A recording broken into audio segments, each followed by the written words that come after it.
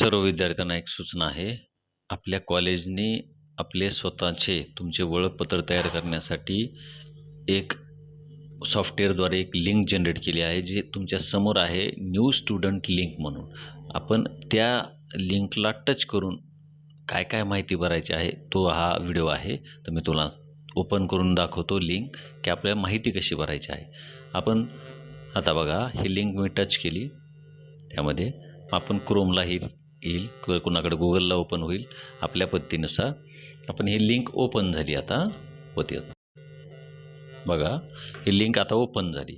Open झाल्यानंतर बघा, पहिल्या सुरुवातीला आपल्याला चूज द फोटो म्हणतं आहे. पण फोटो चॉईस करत असताना एक काळजी घ्यायची, की मी तुम्हाला एक डिस्क्रिप्शनमध्ये, माझा आता हा जो व्हिडिओ आहे ह्या डिस्क्रिप्शनमध्ये फोटो आपल्याकडं बॅकग्राऊंड कसं बी असेल, तुम्ही सेल्फी घेताल, कुणी दुसऱ्याकडून फोटो काढेल, त्यावेळेस त्याचं बॅकग्राऊंड वेगळं असेल, फोटोची साईज वेगळी असेल. मग आपण काय करायचं, एक डिस्क्रिप्शनमध्ये मी चॅट जीपीटीवर आपला कसल्याही प्रकारचा फोटो असेल तर तो त्याचं बॅकग्राऊंड आपल्याला व्हाईट ठेवायचा आहे, म्हणजे पांढऱ्या कलरचं बॅकग्राऊंड असायला पाहिजे मागची बाजू. आणि फोटो हा पासपोर्ट साईजचा पाहिजे. तो ती तुम्हाला तयार करून देईल. त्याचा व्हिडिओ मी डिस्क्रिप्शनमध्ये टाकतो आणि ग्रुपवरही सेपरेट टाकतो. तो व्हिडिओ अगोदर पहा, नंतर हा लिंकवर टच करून माहिती भरा. आता बघा, मी तो बनवलेला फोटो आहे. बघा, मी हा विद्यार्थ्याचा एक फोटो बनवलेला आहे. समजा उदाहरण हा बनवला फोटो. आता मी ह्याला टच केलं, हे फोटो अपलोड झाला. आता बघा, हा फोटो व्यवस्थित दिसायला आहे.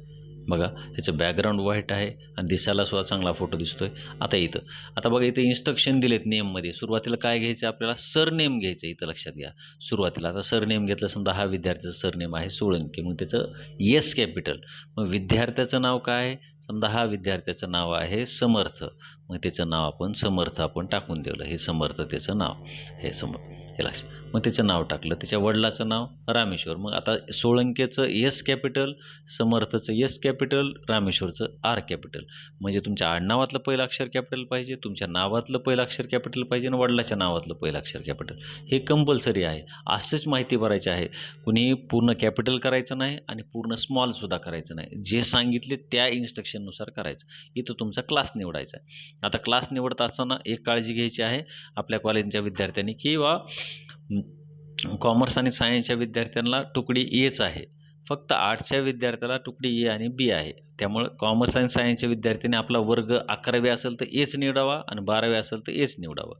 मग आता समजा उदाहरणार्थ हा विद्यार्थी 11वी अच आहे. मग याची फॅकल्टी ती समजा उदाहरणार्थ आर्ट्स, कॉमर्स, सायन्स 3 फॅकल्टी आहे, तिची कॉमर्स आहे, मग कॉमर्स निवडायची. जनरेशन नंबर, हा जनरेशन नंबर टाकताना तुम्हाला कॉलेजकडून मिळालेला जनरेशन नंबरच तो टाकायचा आहे. तुमच्या मनाने कुठलाही टाकायचा नाही आहे. तुम्हाला महाविद्यालयामध्ये आपल्या वर्ग शिक्षक येऊन तुम्हाला जनरेशन नंबर सांगतील, तोच जनरेशन नंबर इथं टाकायचा आहे. 12वीच्या विद्यार्थ्याला ऑलरेडी मिळालेला आहे. 11वीच्या विद्यार्थ्याला तो मिळून जाईल त्यामध्ये. आता हा विद्यार्थ्याची जन्मतारीख म्हणताना बघा, वरी 2026 लिहिलं टोकाला, त्याला टच करायचं आणि त्याची जन्मतारीख काय असेल, समजा ह्या विद्यार्थ्याची 2015 आहे आणि तो मार्चमध्ये जन्माला आहे. मग आपण सिलेक्शन इथं बॅक घ्यायचं. इथं बॅक घेतलं, मार्च महिना आला. मार्चमधला समजा तो 21ला जन्माला, मग 21 मार्च 2015. आपला कॉन्टॅक्ट नंबर, मग आपला जो काही कॉन्टॅक्ट नंबर असेल तो टाकायचा. समजा उदाहरणार्थ ह्याचा कॉन्टॅक्ट नंबर हा आहे, तो टाकला, मी अंदाजे टाकला. हा कॉन्टॅक्ट नंबर 10 अंकी कॉन्टॅक्ट नंबर असतो, हे लक्षात ठेवा. कॉन्टॅक्ट नंबर म्हणजे तुमचा वडिलाचा जनरली प्रत्येकाने टाकावा, जेणेकरून आपल्या ओळखपत्रावर त्यांना फोन करता यावा. काही असेल, कुठेही तुम्हाला काय झालं तर ओळखपत्रावरून आपल्या घरच्याला कॉन्टॅक्ट करता यावा. त्यामुळे घरच्यांचा कॉन्टॅक्ट नंबर टाकावा. आता पत्ता बघा, जे भूम तालुक्यातील असतील त्यांनी, भूमचे प्रॉपर असतील तर त्यांनी गल्लीचं नाव आणि गावाचं नाव टाकायचं आहे इथल्या.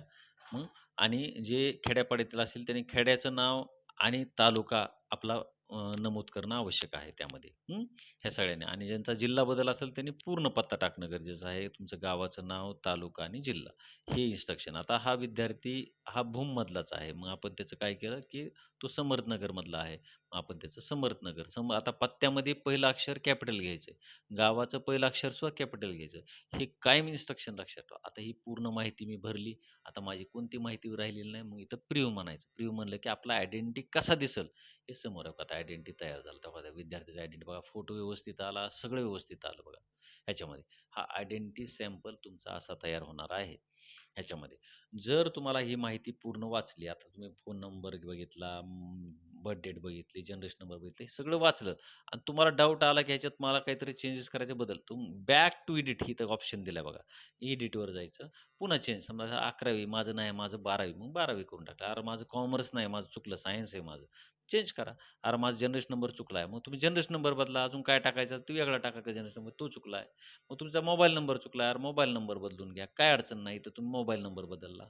पत्ता काय असेल तर पत्ता बदला. म्हणजे तुम्ही सर्व बदलल्यावर डबल प्रिव्ह्यू करा. बघा प्रिव्ह्यू आपण डबल केलं. अहो, जे चेंजेस केलेत बघा, मी मोबाईल नंबर थोडा चेंज केला होता. जनरेशन नंबर चेंज केला. त्याची फॅकल्टी वर्ग चेंज केला. आला का वापस? प्रिव्ह्यू.